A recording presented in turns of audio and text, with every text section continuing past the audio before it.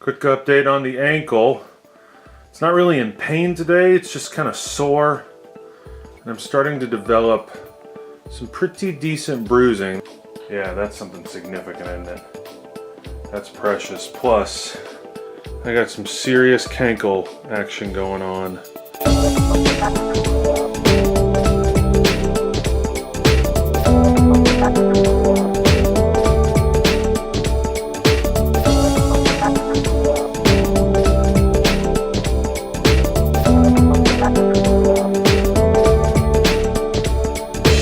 About to have an interesting meeting today when I get to work, and I say interesting because it's a meeting on Twitter.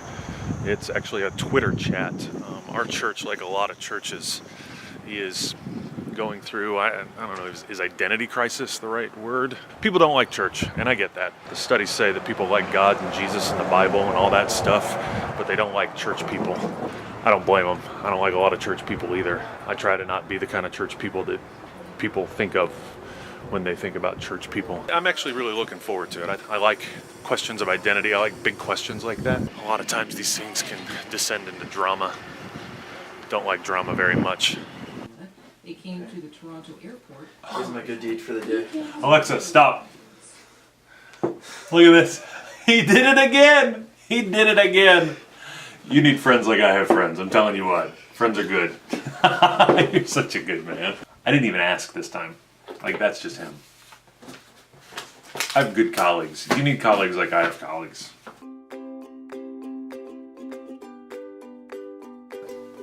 It strikes me I've never done a Twitter chat. I think of myself as a fairly savvy person on the internet, but I've never done a Twitter chat. So here's the hashtag for the Twitter chat. If you are interested, take some time, scroll through, see what Presbyterians are talking about. Here's one comment from a guy. I'm proud to be, and I know it's a guy because the handle is Super Presby Guy. Proud to be a part of a denomination that has Twitter talks. Hashtag PCUSA identity. Hashtag my denomination is cooler than yours. I'm not entirely sure that's true. I think we're a little late to this game. First question, why are you Presbyterian? That's a great question. Why are you Presbyterian? So here's what I said. After years of being a charismatic fundagelical, I used to be one of those holy rollers. After years of being a charismatic fundagelical, I came to the PCUSA because of its belief in our tendency to screw things up, our willingness to forgive that, and our commitment to figuring out how to do this thing together. My religious tradition growing up, there was usually like one guy, and it was always a guy who had a special word from the Lord, and if you didn't follow what he said, well, you were a sinner damned for hell, and you needed to do it exactly the way that he did. Presbyterians understand ourselves as people who are, we're 10 pounds of shit in a 5-pound bag. Okay, here's a comment from someone. I'm not sure if the average person in the pew can tell you what our common identity is. Listen, this isn't hard. Those of us who are pastors, we have to pass tests about our theology. We should know this stuff. This is not hard. And so part of the reason why I get frustrated when someone says that the average person in the pew can't identify what a common identity is, I want to slap a pastor. Hashtag slap a pastor. There's no excuse for this. There's no excuse for this. We are trained people. We should be able to communicate to the people that we serve what it means to be Presbyterian. Okay, so we're on to question 2. Question 2 is this: how does our PCUSA identity help us navigate the world around us? I love this question. I think this is fantastic. Oh man, people are jumping on the hashtag. I hate it when people jump on the hashtag. Monopolize the hashtag, crash the hash. Hashtag crash the hash. Man. It's good work.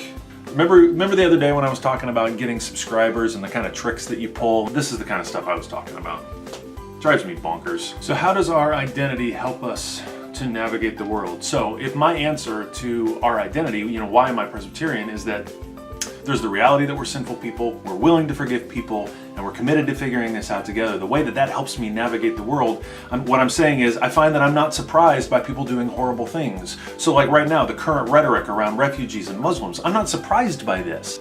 But what it really does is in my best moments, it gives me some compassion in dealing with folks and in helping them to maybe have at least what churchy people call metanoia. That's a Bible term which means changing your mind. I think that's our work. Our work is changing people's minds and helping them to see a new way, to see a better way. Okay, so third question. In light of all this, what do we need to let go of in our PCUSA identity to better serve the world? Okay, what do we need to let go of? I need to give a positive answer. I've just been responding. A lot of people are like, we need to let go of the institution, we need to blah, blah, blah, decency and in order. And I'm like, listen, if you came from the religious tradition that I came from, where I was subject to non-critical thinking, overbearing white dudes, I mean, you would love what we have. And I mean, one of the things that I said is if the institutions and systems of accountability go away, I'm leaving. I'm not gonna be a part of a church that doesn't have those kinds of things. So here's what I'm saying. I think we need to let go of our belief that right thinking is going to be attractive. For instance, boring yet theologically correct sermons. I mean, bleh. All right, time for question 4. What are we better equipped to do as a national denomination that we could not do as individuals or congregations? I want to take issue with the question, because if we only limit it to individuals and congregations, I mean, the national church is not all that matters. I mean, presbyteries, synods, it's not just the national denomination. So, last question. What would the PCUSA look like in its ideal form? One of the things that's hard about questions like this is that we fall back into big concept words. So, for instance, in response to this question, what would the PCUSA look like in its ideal form?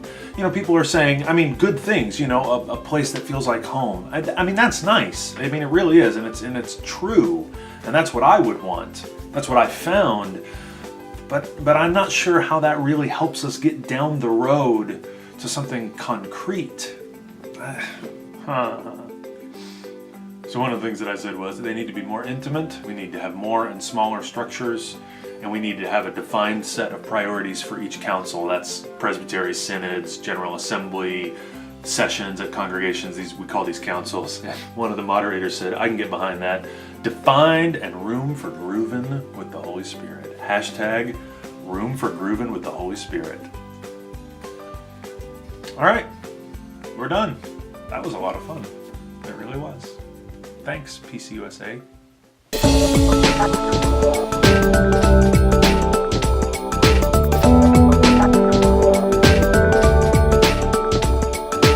All right, you crazy kids.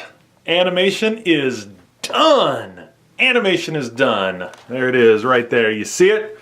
Living Waters for the World 2015 Project for Awesome. And I want you to remember that on December 11 and 12, that's Friday and Saturday, you need to go to projectforawesome.com and you need to do 2 things. One, you need to vote for this video so that it can receive the benefit of all the money that's raised. And you should donate as well through the Indiegogo. As of right now, when I'm recording this video, look at how much money they've already raised. They've already raised over $228,000 for all of these different charities. And here are some specifics about the way that the Project for Awesome works this year. For the first half of the Project for Awesome 2015, the money that is raised are going to go to 2 charities, Save the Children and the Office of the United Nations High Commission for Refugees. All the money that's going to be raised is going to go to that. In the second half, money is going to be split between 10 different charities, the charities that get the most votes. So let me give you some details on the math on that. Last year, in 2014, the community raised over $1 million, $1.2 million.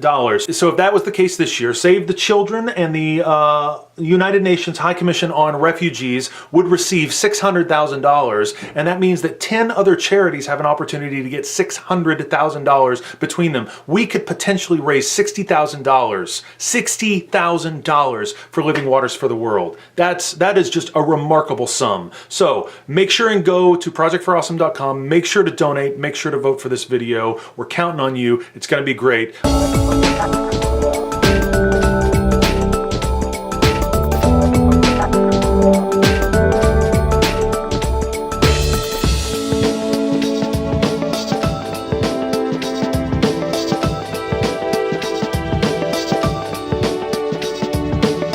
I just dropped off Simon for his third concert in a week. The oldest child, Ian, is at a callback for the musical, the High School Musical. On Thursday, we've got Christmas program for the little boys, and it is just a busy time in the Whitsett household as far as art is concerned. But you know what?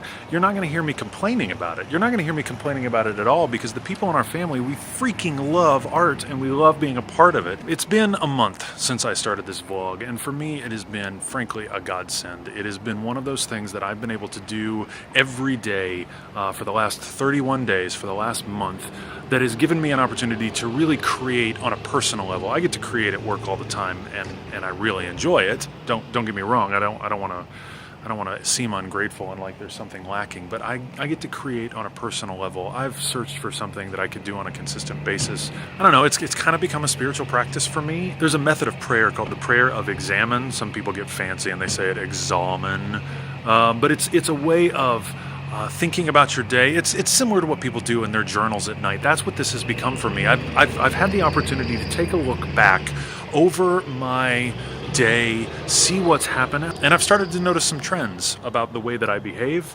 things that I find important. It's also allowed me to become a little more gregarious of a person. I'm willing to do a lot more things than I have been willing to do in the past. And at first it was for really selfish reasons. Like, I wanted to do something that would allow me to get some good video. But I've started to discover again the joy of getting out and doing things. So my dear tens of viewers, thank you for the last month. Thank you for your attention. Thanks for being one piece of why this is so enjoyable to me. I'm at the point now where I feel like I've developed the habit of vlogging, and I don't really know what my life, what my days would be like without this, without thinking about what I'm doing, how I'm doing it, what is the story of my day.